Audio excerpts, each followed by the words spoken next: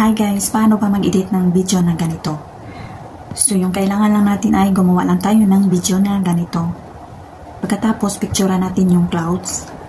And then mag-download din tayo ng usok na ganito. So makikita nyo yan sa Google. I-Google nyo lang. So then let's go sa ating CapCut. Nandito na tayo sa ating CapCut. Hanapin lang natin yung video na ginawa natin.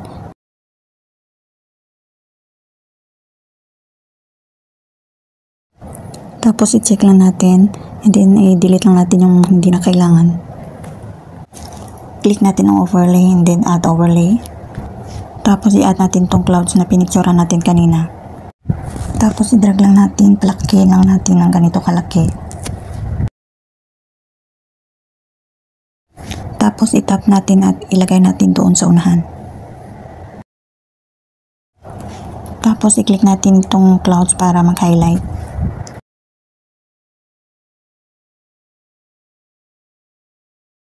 Tapos hanapin natin yung mask.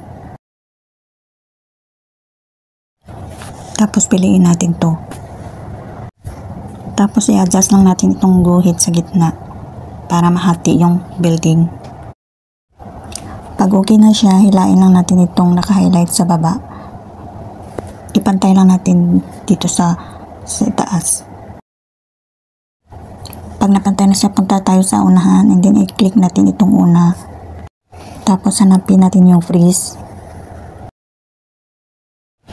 Pagkatapos ay hanapin natin yung overlay.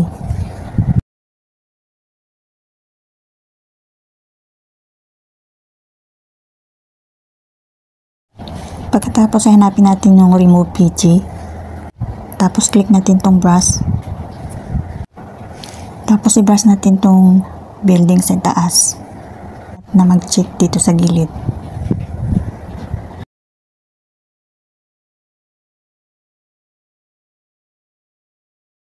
Pagkatapos niya na ipantay lang natin hanggang dito sa dulo.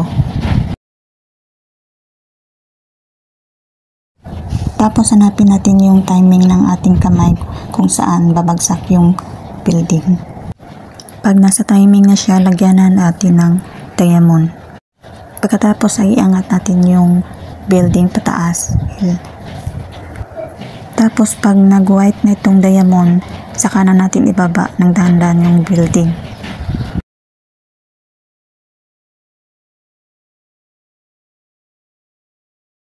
Pagkatapos niya, i-split natin and then i-delete natin itong sobra. Tapos ipantay din natin itong sa itaas, i-delete din natin.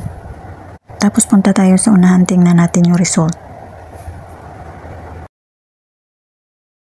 Tapos click natin itong add overlay para mailagay natin yung usok na dinownload natin kanina. Tapos hanapin natin yung slide. Tapos piliin natin yung lighten. Tapos i-adjust natin itong usok kung saan babagsak yung building.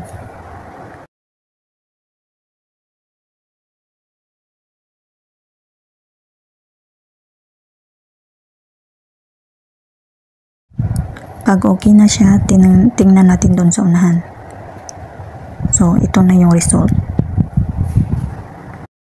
Pagkatapos ay export na natin. Tapos hintayin lang natin na matapos, then click natin done.